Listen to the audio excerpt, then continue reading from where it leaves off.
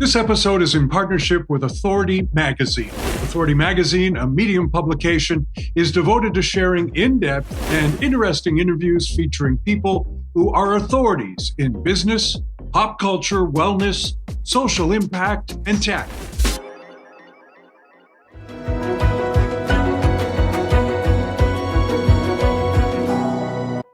How many times have you said to others, or perhaps more importantly yourself, relax, damn it? Well, today's guest is telling us all to relax in his book about living in these times of high anxiety. Tim Caulfield is constantly writing about who we are and the foibles that make us human. Tim Caulfield, welcome to Believe in People. Thanks for having me on, you guys. Really thrilled to be here. Why do we have to relax? What is going on? Oh my God. I mean, now more than ever. Now more, even when I first wrote the book, we all needed to relax, but now more than ever. And in fact, I really mean that. And I think the evidence backs this up. Our world has become more rage-filled. It's become angrier. There's more fear out there, and it's just simply not constructive. And I get why some of those feelings exist, but we also know that our information environment, right, our information ecosystem is driving those feelings. Can I give you one example study right off the top? Dive right in here. Yes, definitely. There was a fascinating study that came out, I'm going to say over the summer or this year. And it found that it looked at headlines over the last couple decades. So headlines in newspapers, and headlines that had rage, had fear, had disgust were all increasing, markedly so. And headlines with joy, they actually coded for that, joy, decreasing. And I think that is so telling, right? Because negativity and rage and anger and fear, it works, right? It generates clicks, it generates reads, it pulls in eyeballs, and hey, we got to relax. How do we do that? I mean, well, first of all, I just want, Tim, you have written many books. I'm going to name a few of them, but Only a million. Yeah, there's a lot. And okay, A User's Guide to Cheating Death, which sounds, I haven't read that one. That was a documentary, that one. Oh, that was that Kevin said that's the one that's on Netflix. Yeah. Oh, I'm going to watch that. Okay, great. The Certainty Illusion, What You Don't Know and Why It Matters.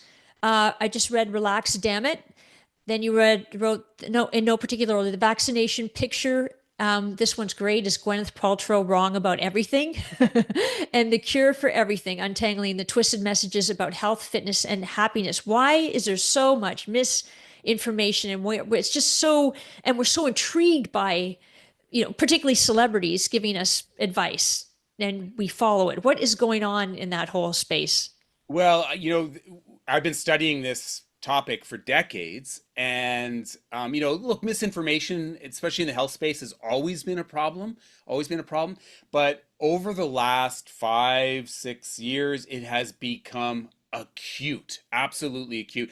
This is going to sound like hyperbole, but I don't think it is. I think it's fair to say that misinformation, especially in the health space, is one of the greatest challenges of our time, and surveys back that up. There was a 16 country survey done by the United Nations very recently, and it ranked the spread of misinformation right up there with climate change. Something like 87% of people think it's a dramatic issue right now.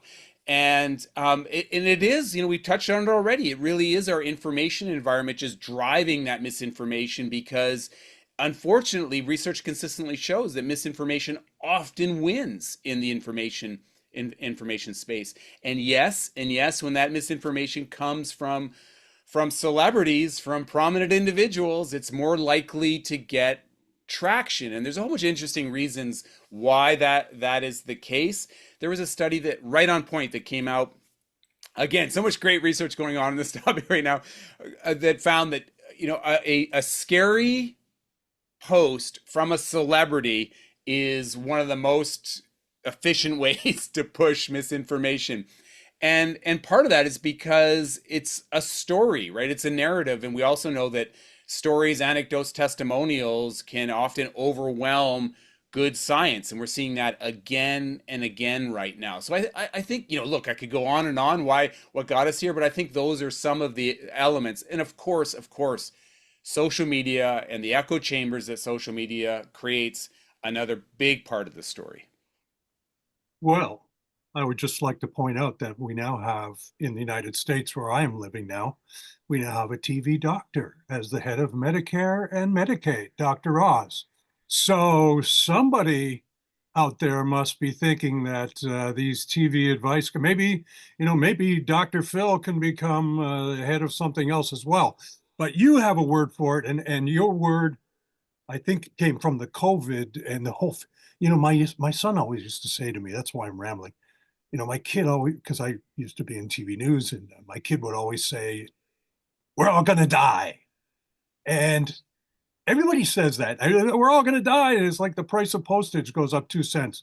We're all gonna die. You refer to it as an infodemic. That is a great phrase. It is. What is it? What is it? And why do we still have it? And is there an antidote aside from turning off your cell phone, which is probably a good one? Well, we can come back to that, turning off your cell phone, because I actually think that is part of the solution, right? Not when they're listening to us, but after, Yeah, right? exactly. But yeah, it is an infodemic, and I like that term because it refers to the fact that this misinformation actually has an adverse impact on our health. Yeah. And of course, everyone often thinks immediately about misinformation about vaccines, which has been incredibly normalized. But we can say the same thing about so many other areas of health. It's not just in the context of, the ones that we think about. You can talk about it in the context of diet, supplements, unproven therapies, and a topic that our team has done a lot of research on. All of these things are doing, measurable harm. It's doing measurable harm. And the other thing that I don't think is talked about enough, although we're starting to hear it more and more, is the impact the misinformation has on creating distrust in institutions. When I first started in this industry, and even I would say even like, again, 5, 6, 7 years ago, people would often ask, well, where should I go for my information? Yeah. What's a trusted source? And you used to be able to say, oh, the CDC, Health Canada, the National Health Service in the UK, the FDA. You can't say that anymore because there is a significant portion of the population that do not trust those sources. Because, and this is an important point, and we have 2 research projects on this right now, actually, because they've been told not to trust those sources, right? They've been told misinformation. If you ask people, why do you distrust vaccines? Why do you distrust conventional healthcare system? Why do you distrust science? They respond with misinformation. They don't give I want to be, I don't careful not to overgeneralize here, but for brevity's sake, they don't give some nuanced response about, well, I'm not sure if they're covering who should get the booster appropriately. They'll respond with misinformation. So misinformation mongers, and some of these are state actors, by the way, they want to create distrust. So that's the other incredible harm that's done by misinformation. And really important caveat here, science communicators make mistakes. They've got to learn. We've got to listen to the public, and we've got to do They're, better. they're human. But the vast majority, and news organizations, et cetera, but the vast majority of distrust is generated by misinformation. And of course, another really important caveat, there are communities out there that have for historical reasons, have justified reasons for distrusting institutions. And that's also very important to recognize and to try to remedy. But when you think about it on a population level, this huge distrust that we're seeing, most of it's generated by the spreading of misinformation, because it's just, unfortunately, it's really effective strategy. Wow. And Tim, so where do we start? Like where do we start to trust? Should we believe? I mean, there's just so much out there, but let's start from the point of, okay, supplements, let's say. I know that's a huge beast, but I mean, where do you start? Like, where do you say this is good, this doesn't work, this is, garbage?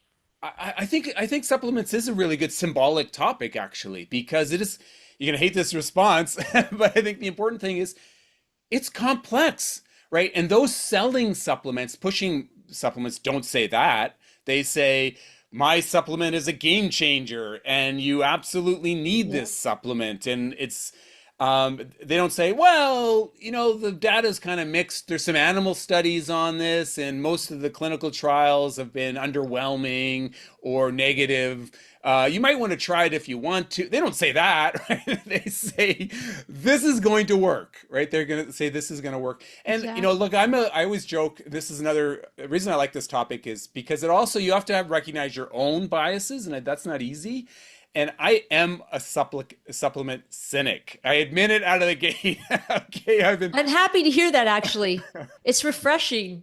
I've been following this topic for so long, supplements, and looking at the literature, and it almost never, the data almost never says this stuff is a game changer or it works. In fact, most of the data over time shows most supplements are not necessary, right? Look, really interesting conversations about vitamin D. Yeah. Really interesting, still evolving research on omega 3s and that kind of stuff.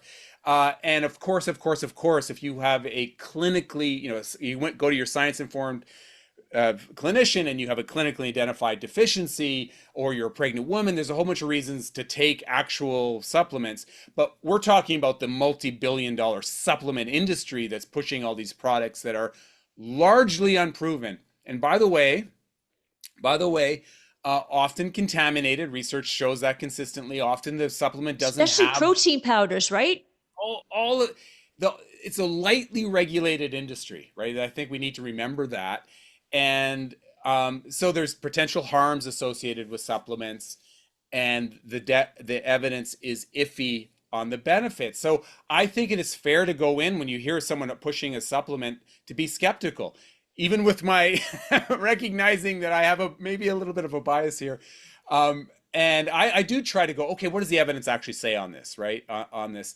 Um, in fact, one of my dear friends, Dr. Jen Gunter, I don't know if you know Jen. She's the Vagina Bible Yes. is one. Yeah. So Jen is so skeptical of supplement. And I agree with Jen on this. She thinks that if a provider sells supplements, it should be a red flag for bunk. That's how bad the supplement industry has become. So if this individual, she goes so far as to say she thinks the whole pseudoscience industry is largely funded by the selling of supplements. So Hmm. I'll put it. I take zero supplements. I take none. I live in Alberta. I don't even take vitamin D. Look, people should get a sense of what's good for them, what works for them. Talk to their healthcare provider, and make science informed decisions. But enter this realm with your skepticism hat on. Okay, so it's my turn to ask a question, and you said the word vagina, so now I'm all excited. Um, so I want to ask I'm you interested about in your this book. one. Go ahead. I want to ask you about, is Gwyneth Paltrow wrong about everything? I mean, that's a good segue from vagina to Gwyneth Paltrow, considering some of the stuff that she sells.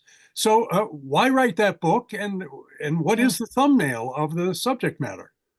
You know what? It's a perfect segue, actually, because one of Gwyneth's most famous products, of course, was the jade vagina egg, which was Yes. completely. She Exactly. actually got sued for it and lost. Hmm. All these claims associated, and the reason I think is also a wonderful segue because it takes us to where we are today. When I wrote that book, and I think this is really important to highlight because people will often say, "Oh, Caulfield, you're so partisan on these topics." Uh, in the old days, the Gwyneth days, the good old Gwyneth days, when we were worried about jade vagina eggs and not the world collapsing, um, it was celebrity culture was largely, not entirely, coming from the left. It was kind of Whole Foods, new Yeah. agey, Oh, crystals, a yeah. little bit of that hippie vibe. Am I right? Yeah. Yeah. And that's where a lot of the health misinformation was emanating from, right? And so the reason I wrote that book is because I think in it, obviously, it's not totally about Gwyneth. It's really about the role of pop culture in shaping our health beliefs. when I wrote that book, it was really during that rise, and it wasn't that long ago. I'm talking about, it was like ancient times. It's not that even that old of a book. The rise of the wellness industry, this multi-trillion-dollar wellness industry that's doing real harm. And I thought she was sort of symbolic, right, of what was going on. So I always, sometimes when I'm giving presentations on this, I joke that we've gone from, Gwyneth's vagina to Tucker Carlson's testicles, right? Because now we have all of the same nonsense emanating. Remember, we started up kind of on the left, right? Emanating from the far right. And it's become so political. Every topic that we've touched on already has now become almost an ideological flag.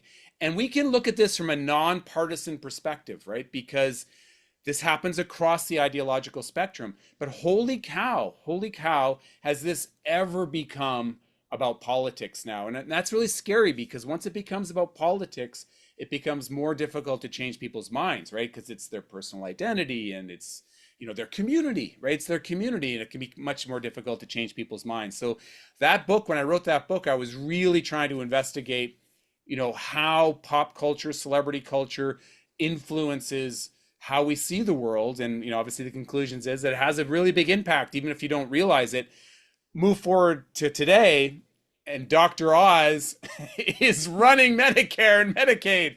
Who would have guessed? It's like surreal. Well, what about RFK Jr.?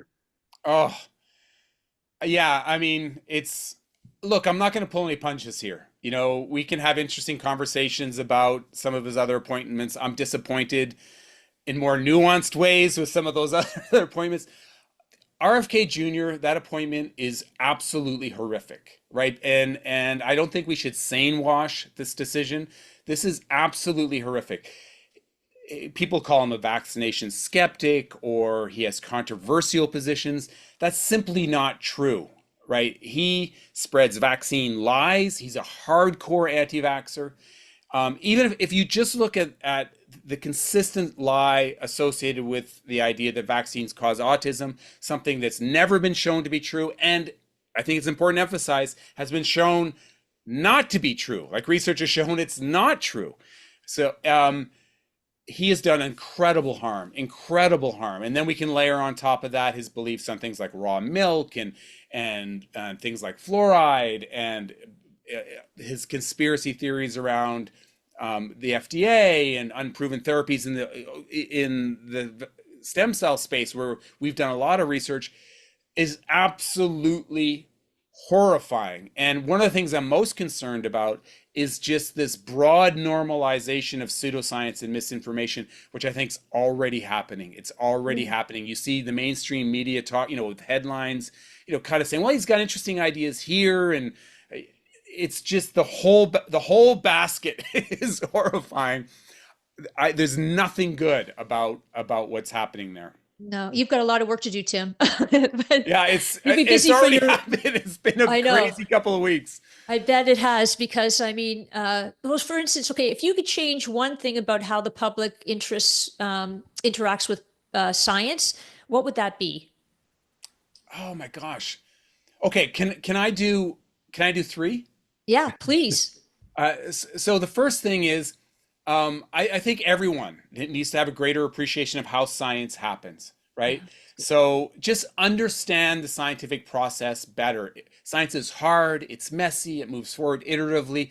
It's not a list of facts, and if one of the facts is wrong, science is wrong. That's not the case. So just try to gain a greater appreciation of how science happens. Science is a process. It's not a list of facts. It's not a person. It's not an institution. It's a process. It's a systematic way of trying to understand the world. The second thing I think is to understand that evidence matters, right? Testimonials, anecdotes, really strong assertions by, talk radio, let's say podcasters. That's not science, right? You need good evidence. Get a sense of what the nature of the evidence actually is. And the last thing I'll say, and this goes to the put your phone down, pause for a moment. Yeah. Reflect. Our information environment is so chaotic, it's so and noisy, that those headlines, the reason that rage and hate and grievance wins is because we see it on our phone. And, the studies have shown that very few people click past the headline to get a sense of what's going Good on. point. A very recent study found that 40% of people now get under the age of 30 now get their news from podcasters, right? And another study from influencers, not even from podcasters, from influencers. It's a broader TikTok. category. And a study that came out again just days ago found that 60% of those individuals do not fact check what they share, right? So think of it's like a worst case scenario. So I invite people to pause for a moment and embrace accuracy. So studies have shown that pausing, even for a moment, this is research done by people like Gordon Pennycook at Cornell and David Rand at MIT, and it's been replicated by other laboratories. Even pausing for a moment, just taking that beat, you're less likely to believe misinformation, less likely to share misinformation.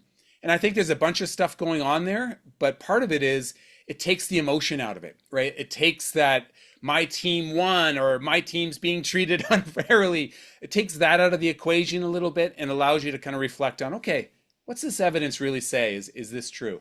So understand what the science actually says. What is the nature of evidence involved? Hey, and let's all just take a beat. Let's all relax, right? Let's just slow down for a moment. Well, I was going to ask you if you could think of some kind of supplement that the three of us could come up with so we could become trillionaires. And we'd still do the podcast, obviously, but, we'd be doing it from the Grand Caymans. But then, that was a joke. But you talk about relax, damn it. Just before we go, because our time's almost up, what makes you anxious? So you know why I call it, and it's funny because I know you people are writers and authors too. I wanted to call it relax, damn it, and different countries took out the damn it. And in the paperback they took out the damn it. So in Canada the paperbacks just relax too. And No, I put relax. No, stop. They took damn it out in Canada? Actually, no, that's true. It's true. And in England, they never had the damn it. I don't know if I can find it around here. Look at that. I didn't realize that. I love that cover, though. I love the coffee. Cheers to coffee. But yeah, the reason I had the damn it in there is it was supposed to be kind of a layered title, a little bit of self-deprecation, right? Yeah. It was supposed to be like I was speaking to myself, reminding myself. That's kind of Canadian, isn't it? Yeah, it was like, you know what, Tim? Relax, damn it. Because as you can tell, I can be a little bit wound up. So I'm so passionate about this topic. I do let myself get a little bit wound up. So I think we all need to remind ourselves to relax, damn it. Take that beat. It's better for your mental health. It's better for your critical thinking skills. I think it's better for social interactions. Let's turn down the rage dial and let's turn up that joy dial that we talked about earlier, right? And I think just reminding yourselves all to do that, even in these times, right, where it does just seem like we've all gone off the rails. It's more important now than ever. And that doesn't mean that these topics that we're all talking about aren't critically important, but let's come at them, after a little bit of reflection. And that's really great advice because it's true, because we're just flipping through information and it's just overwhelming. And you see, I mean, even with exercises, you see the most ridiculous exercises, but people actually will download it and do it, and it's doing more harm than good. So yes. And with supplementation, it's, wow. What's your favorite topic right now to study before we go? I am absolutely fascinated in how people just embrace and love unproven therapies. I'm fascinated. I just did a documentary on something called the manosphere. Do you know the manosphere? No. So so the manosphere is this. Think Joe Rogan and Huberman and it's like men pushing. We all need to be more manly, right? People are irradiating their testicles, drinking urine. I'm absolutely fascinated by this. Hey, and it had an impact on the election, right? Yep. Young men, I read that. this idea of traditional masculine norms being left behind. And so I just did a doc for CBC called Mhm. Harder, Better, Faster, Stronger, where we explored the manosphere. And I talked to, people across the whole socioeconomic, demographic spectrum. And it was really insightful. It's a fun documentary, if I may say. We have a Mhm. lot of fun with the topic, and we do try to be very empathetic about it. But I'm absolutely fascinated. This is an incredible trend that where we're kind of looking backwards, in this almost regressive kind of way for our guideposts, and kind of scares me a little bit. Yeah, I agree. For males. Do you think, does Jordan Peterson fit into that category? Oh, for sure. I think Jordan Peterson would be in that category. And then you have really absurd people like the Liver King. Have you heard about him? He eats only raw meat, and it's this idea that if you were more manly, you'd be happier and healthier and more successful. No evidence to support that. And society would be better. And again, no evidence to support that. And we do come to the conclusion, of course, if that's the path that you want to walk, awesome. If you love those more traditional norms, fantastic, right? But we argue that it's that pressure to have a narrow view of masculinity that's doing the harm, the rigid, narrow view. And what we really want is let everyone walk their own path. My two of my kids are in it. My two boys are in the doc, so that was kind of fun. Oh, good. When's it coming out, Tim? It came out October 23rd on CBC, The Passionate Eye, which is our documentary. Lovely. Yes. Oh, Uh, great. yeah, Probably available. and Probably hopefully available it'll on be CBC Gem. Yeah, CBC Gem. Gem, yeah, and hopefully it'll be available all over the world soon. Soon. Well, Excellent. as someone who was 12 and sent away to the Ben Weider Academy because I was having sand kicked in my face on the beach. You're probably too young to remember those ads in the back of Oh, I comic. remember I them remember well. them. I But joke about them it, in my forthcoming book, actually. well, it seems we haven't really gone that far, or we haven't progressed that far, have we really? No, we haven't. And I joke in the book, and I actually wrote an article about this. When all of my haters, I get a lot of hate mail, they always call me Timmy, right? They call me Timmy. Hey, Timmy, or Timmy, Yeah. because they're trying to emasculate me, like as Yeah. if that is an insult, as somehow that my mom called me Timmy, my buddies called me, Hey man, still call me Tim Timmy. Horton was Timmy. Timmy. And so in the documentary, my dear friend, Tim Okamura, who lives in New York City, he's a very successful artist, famous artist. The two of us, we go to a tattoo parlor and we get Timmy tattooed on our Oh, arm. that's amazing. We're going to own it. Oh, that's amazing. So anyone who's listening to this podcast, you need to watch this podcast so you could see Tim's really cool tattoo. Yeah. That's really great. So Tim, given that our time is coming to an end, but we ask our guests every week the same question, but given that there's so much misinformation and anger and frustration and fear, why should we believe in people? I think, people often ask me, do you have anything good to say? It's always such bad news. And the great news is when you have a crisis like this, you have all these wonderful voices rising up. And I'm seeing that happen with science communication. In fact, I was involved in a meeting right before our discussion where there were all these wonderful, diverse science communicators being creative, energetic, passionate about their topic. And it does give me belief in people and in our future. We don't need old voices like this. We need those creative voices. You know what? They're there. They're going to make a difference, and it's a reason to believe. And it makes me think that candle in the darkness, it's not going to go out. It's always going to be there, guiding us forward. That's great. Tim Thanks, Caulfield, Tim. thank you so much. Timmy Caulfield, thanks so much for being with us on Believe in People. And Tim, just a quick question. What's your new next book? Do you have a title for it? I do. That is The Certainty Illusion. Is the Oh, it next one is. coming out January 7th. Yeah. Oh, fantastic. Yeah. Great. So I'm Thank glad. you. Thank you for mentioning it. I appreciate that. Absolutely. And, Thanks so much, guys. Really appreciate the opportunity. Thanks a lot, Tim. Really appreciate it. all right, so Amy, before you start advertising your new exercise techniques in order to, I just want to say what an honest and frank and interesting and entertaining conversation. Thanks very much for Tim for talking to us, because the world is full of it. There's a cure-all for everything, but you know what? Lots of times the cure is inside, right? It's so true, Kevin. And, I have to say, he would certainly save us a ton of money. I mean, just imagine saving in supplements. I just feel really good about that. So Tim, no, I mean, he's really the go-to guy for straight, no bullshit information. Take a breath. If you read it, take a breath. Maybe exactly. Do some research. Don't be so darn lazy. Do some research and find out whether or not you're getting bullshitted or not. Exactly. We're not bullshitting. No, we're not. So people should subscribe to Believe in People, because we do not bullshit you. We believe in you. Thanks, everyone. Bye. There you go.